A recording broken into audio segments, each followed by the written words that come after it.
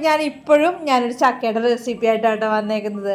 അപ്പോൾ ഈ ഒരു റെസിപ്പിയും നമുക്ക് ചട്ടപ്പടേന്ന് പറഞ്ഞൊരു 5-10 മിനിറ്റ് കൊണ്ട് ഉണ്ടാക്കാൻ പറ്റുന്നതാണ്. അതും നമ്മുടെ വീട്ടിലുള്ള കൂട്ടുകളൊക്കെ വെച്ച് റെസിപ്പി അല്ല, കൂട്ടുകളൊക്കെ വെച്ച് ചെയ്യാൻ പറ്റുന്ന ഒരു സൂപ്പറായിട്ടുള്ളൊരു പലഹാരമാണ്. ഇതും ഒരു 4 മണി പലഹാരമാണ്. അപ്പോൾ ഇതും ഒരു പഴുത്ത ചക്ക കൊണ്ട് തന്നെയാണ് ഉണ്ടാക്കുന്നത്. അപ്പോൾ അത് എത്രത്തോളം ഒരു ടേസ്റ്റി ആയിരിക്കും എന്ന് ആലോചിച്ച് നോക്കിയാൽ തന്നെ മനസ്സിലാവും കേട്ടോ. അപ്പോൾ ഇത് ചട്ടപ്പടേന്ന് ഉണ്ടാക്കാൻ പറ്റുന്നത് ഞാൻ വെറുതെ പറഞ്ഞതല്ല, ഉണ്ടാക്കി കഴിയുമ്പോൾ തന്നെ നിങ്ങൾക്ക് മനസ്സിലാവും ഇത്ര പെട്ടെന്നൊക്കെ ഉണ്ടാക്കി കഴിയും. അത് പെട്ടെന്നൊക്കെ ഒരു വിരുന്നുകാരൊക്കെ വന്നു കഴിഞ്ഞാൽ നമ്മുടെ കയ്യിൽ ചക്ക ഉണ്ടെങ്കിൽ ഇതേപോലെ ഒന്ന് ചെയ്ത് നോക്കാം കേട്ടോ. അങ്ങനെ ഒരു പിടി ചക്ക ഞാൻ ഇതേപോലെ നീളത്തിൽ അരിഞ്ഞ് വെച്ചേക്കാണ് കേട്ടോ. അപ്പോൾ അത് ഇങ്ങനെ ഒടിഞ്ഞു തൂങ്ങിയതുപോലെ ഇരിക്കുമെങ്കിലും ഇങ്ങനെ തന്നെയാണ് വേണ്ടത്. നല്ല പഴുത്ത ചക്ക നമുക്ക് വേണ്ടതുകൊണ്ട് കേട്ടോ. ചക്കക്കാലമായതുകൊണ്ട് ചക്ക കിട്ടാൻ ബുദ്ധിമുട്ടുണ്ടാവില്ല. അപ്പോൾ ഈ ചക്ക എന്താണെന്ന് വെച്ച് കഴിഞ്ഞാൽ ഞാനൊരു പാത്രത്തിലേക്ക് മാറ്റുവാണ് കേട്ടോ. ഇനി ഇതിലേക്ക് കുറച്ച് സാധനങ്ങളും കൂടി ചേർക്കാനുണ്ട്. അപ്പോൾ അതിൽ ആദ്യത്തേന്ന് വെച്ച് കഴിഞ്ഞാൽ സവാള.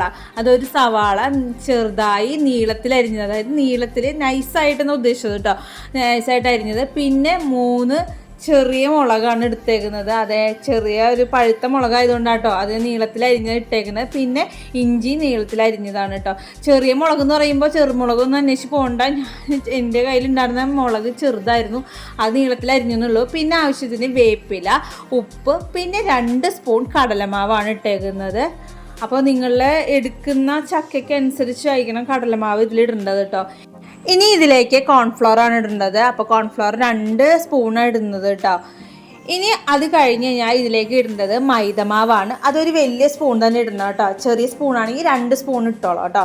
എന്നിട്ട് സ്പൂൺ വെച്ചിട്ട് തന്നെ നല്ലപോലെ ഇളക്കി എടുക്കുക കേട്ടോ. ശരിക്കും പറഞ്ഞാൽ ഇത് കൈകൊണ്ട് തന്നെയാണ് ഇളക്കേണ്ടത്. പക്ഷെ ഞാൻ ആദ്യം ഒന്ന് സ്പൂൺ വെച്ച് ഇളക്കി ഒന്ന് സെറ്റാക്കിയതിന് ശേഷം കേട്ടോ കൈ കൊണ്ട് ഇളക്കിയെടുക്കുന്നത്. ഇനി ഇതിലേക്ക് നമുക്ക് ഓരോ സാധനം കൂടി ചേർക്കാനുണ്ട്. കാശ്മീരി മുളക് പൊടിയാണ് കേട്ടോ. അപ്പോൾ അതും കൂടി ഇതിലേക്ക് മിക്സ് ചെയ്യും. ഓൾറെഡി നമ്മൾ പച്ചമുളക് ഇട്ടിട്ടുള്ളത് കൊണ്ട് നമുക്ക് പിന്നെ എരിവിന് മുളക് ഇടേണ്ട ആവശ്യമില്ല. അപ്പോൾ അത് ഇത്തിരി കളറും കൂടി കിട്ടുന്നുള്ള ലെവലിലേക്കാണ് കാശ്മീരി മുളക് പൊടി ഇട്ടേക്കുന്നത്. അത് നിർബന്ധമൊന്നുമില്ല കേട്ടോ, ഞാൻ എന്നാലും ഇട്ടുന്നേ ഉള്ളൂ. അങ്ങനെ കുറേച്ചെടുത്ത് നമുക്ക് ഈ ഒരു പരുവത്തിലാണ് നമുക്ക് കോരി ഇടേണ്ടത്. അപ്പോൾ നല്ല തിളച്ച എണ്ണയിൽ ഇങ്ങനെ കൈ കൊണ്ട് കോരി ഇടുക കേട്ടോ വേണ്ടത്. കൈ പൊള്ളാണ്ടൊക്കെ ശ്രദ്ധിച്ചോളൂ കേട്ടോ.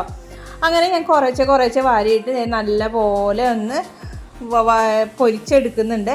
ഇത് പെട്ടെന്ന് ഉണ്ടാക്കിയെടുക്കാം. ഞാൻ പറഞ്ഞില്ലേ 5-10 മിനിറ്റിനുള്ളിൽ നമുക്ക് ഈസി ആയിട്ട് ഉണ്ടാക്കിയെടുക്കാൻ പറ്റുന്നതാണ് കേട്ടോ. ഇത് സിമ്പിളായിട്ട്. പിന്നെ ഇതിൻ്റെ ആ ഒരു പ്രശ്നം നമുക്ക് കുഴച്ചെടുക്കാൻ ഇത്തിരി പാടാണ്. അപ്പോൾ കുഴച്ചെടുക്കാനായിട്ട് അത്ര സുഖമായിട്ട് പറ്റുന്നില്ലെങ്കിൽ ഇത്തിരിയും കൂടി മൈദമാവ് അതിൽ ആഡ് ചെയ്തിട്ട് കുഴച്ചെടുക്കാം കേട്ടോ. അത് ഞാൻ നേരത്തെ പറയാൻ മറന്നു, അതുകൊണ്ടാണ്. അങ്ങനെ നല്ല സൂപ്പറായിട്ടുള്ള ചക്കപ്പൊരി റെഡി ആയിട്ടുണ്ട്. അടിപൊളിയാണ്. ഇത് കഴിച്ച് നോക്കിയാൽ തന്നെ അറിയാൻ പറ്റുള്ളൂ. ഇതും ഞാൻ പറഞ്ഞ പോലെ തന്നെ നല്ല മഴയൊക്കെയാണ് പുറത്ത്. അപ്പോൾ ചൂട് ചായയുടെ കൂടെ ഇതൊക്കെ കഴിച്ചാലുണ്ടല്ലോ നമുക്ക് ഇതിലും വരെ സന്തോഷം വേറെ ഒന്നും ഉണ്ടല്ലോ. അത്രയും ടേസ്റ്റി ആയിട്ടുള്ളതാണ്. ഇത് ട്രൈ ചെയ്താൽ തന്നെയാണ് ഇതിൻ്റെ ടേസ്റ്റ് എന്താണെന്ന് അറിയുള്ളൂ കേട്ടോ. എനിക്ക് ഈ ഒരു റെസിപ്പി പറഞ്ഞു തന്നത് എൻ്റെ ചേച്ചിയാണ് കേട്ടോ. ചേച്ചി മക്കൾക്കൊക്കെ ഉണ്ടാക്കി കൊടുത്തിട്ട് നല്ല ടേസ്റ്റായിട്ട് തോന്നി എന്ന് പറഞ്ഞിട്ടാണ് ചേച്ചി എന്നോട് പറഞ്ഞത് ഈ ഒരു റെസിപ്പി നീ ഉണ്ടാക്കി നോക്ക്, എന്നിട്ട് കഴിച്ച് നോക്കാൻ പറഞ്ഞു. ഞാനത് ഉണ്ടാക്കുകയും ചെയ്തു, കഴിച്ച് നോക്കുകയും ചെയ്തു. അതിന് ശേഷമാണ് ഞാനിത് ഷൂട്ട് ചെയ്ത് ഇട്ടത് കേട്ടോ. അപ്പോൾ ഇതെല്ലാവരും ഒന്ന് ട്രൈ ചെയ്ത അഭിപ്രായങ്ങളൊക്കെ എൻ്റെ കമൻറ്റ് ബോക്സിൽ മസ്റ്റായിട്ട് അറിയിക്കണേ.